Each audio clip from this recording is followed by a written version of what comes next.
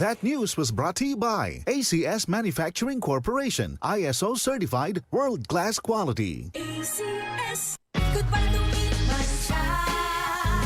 Hello, bright bar blue. Isang labanan yan. Bright bar blue. Pride Bar Blue with powerful stain-away enzymes. Malupit magtanggal ng dumit mancha pero di masakit sa kamay. Goodbye to me, Masya. Hello, bright bar blue.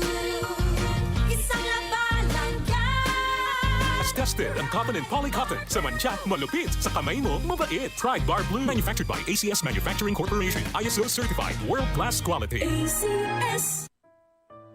Pagbasa sa ikasampung kabanata ng Aklat ni Juan, ang talinhaga tungkol sa pastol, talata 1 hanggang 42. Pakatandaan ninyo, ang pumapasok sa kulungan ng mga tupa nang hindi sa pinto nagdaraan kundi umaakyat sa di dapat pagdaanan ay magnanakaw at tulisan.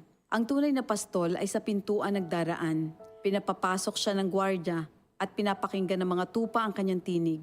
Tinatawag niya ang kanyang mga tupa sa kani-kanilang pangalan at inilalabas sa kulungan. Kapag nailabas na, siya'y nangunguna sa kanila at sumusunod naman ang mga ito sapagkat kilala nila ang kanyang tinig. Hindi siya sumusunod sa iba kundi patakbong lumalayo sapagkat hindi nila kilala ang tinig ng iba.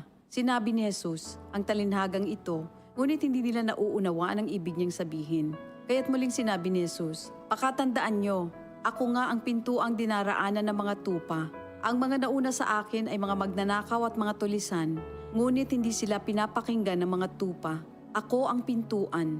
Ang sinumang pumapasok sa pamamagitan ko ay maliligtas. Papasok siya't lalabas at makakatagpo ng pastulan. Dumarating ang magnanakaw para lamang magnakaw, pumatay at manira. Naparito ako upang ang mga tupa ay magkaroon ng buhay, ng isang buhay na masagana at ganap. Ako ang mabuting pastol. Iniaalay ng mabuting pastol ang kanyang buhay para sa mga tupa. Ang bayaran ay tumatakas kapag may dumarating na asong gubat. Iniiwan niya mga tupa palibhas ay hindi siya pastol at hindi kanya ang mga ito. Kaya't sinusunggaban ng asong gubat ang mga ito at binubulabog. Tumatakas siya palibhas ay bayaran lamang at walang malasakit sa mga tupa. Ako nga ang mabuting pastol. Kung paanong kilala ko ng Ama at siya kilala ko, gayon din naman kilala ko ang aking mga tupa at ako'y kilala nila. At iniaalay ko ang aking buhay para sa aking mga tupa. Mayroon akong iba pang mga tupa na wala pa sa kulungang ito. Kinakailangan sila'y ipasok ko rin at papakinggan naman nila ang aking tinig. Sa gayon magiging isa na lamang ang kawan at isa ang pastol. Dahil dito'y minamahal ako ng Ama sapagkat iniaalay ko ang aking buhay upang ito'y kunin kong muli. Walang makakakuha ng aking buhay kusa ko itong ibinibigay. Mayroon akong kapangyarihang ibigay ito at kuning muli. Ito ang utos na tinanggap ko sa aking Ama. Dahil sa mga pananalitang ito, hindi na naman nagkaisa ng palagay ang mga Hudyo.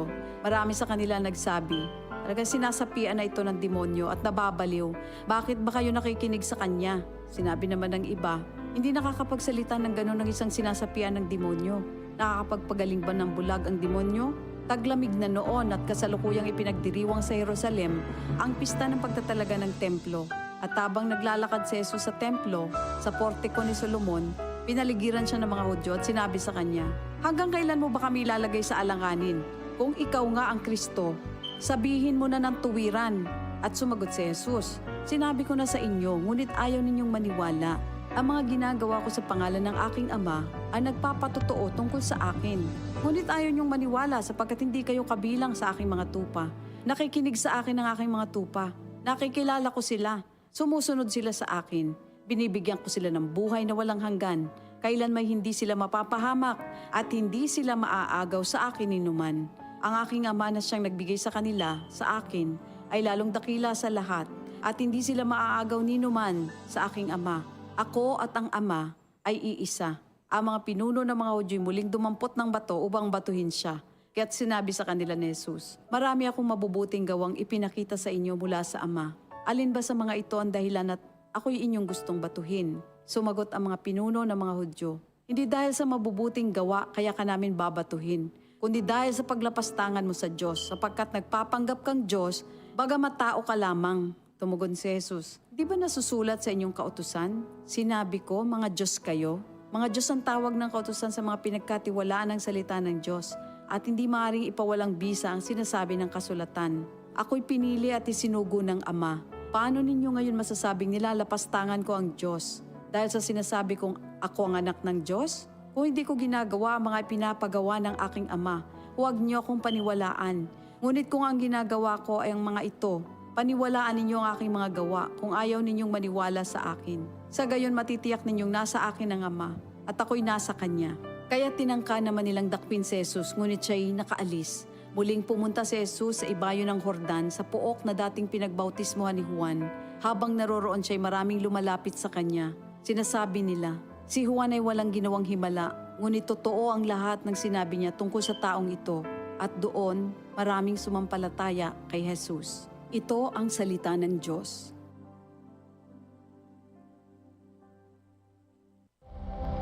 Ito ang DCXL News. 558 kHz. 6 na dekadang maaasahan sa balita at serbisyo publiko. Ang himpilan ng RMN Network sa Mega Manila. Live sa radyo at online.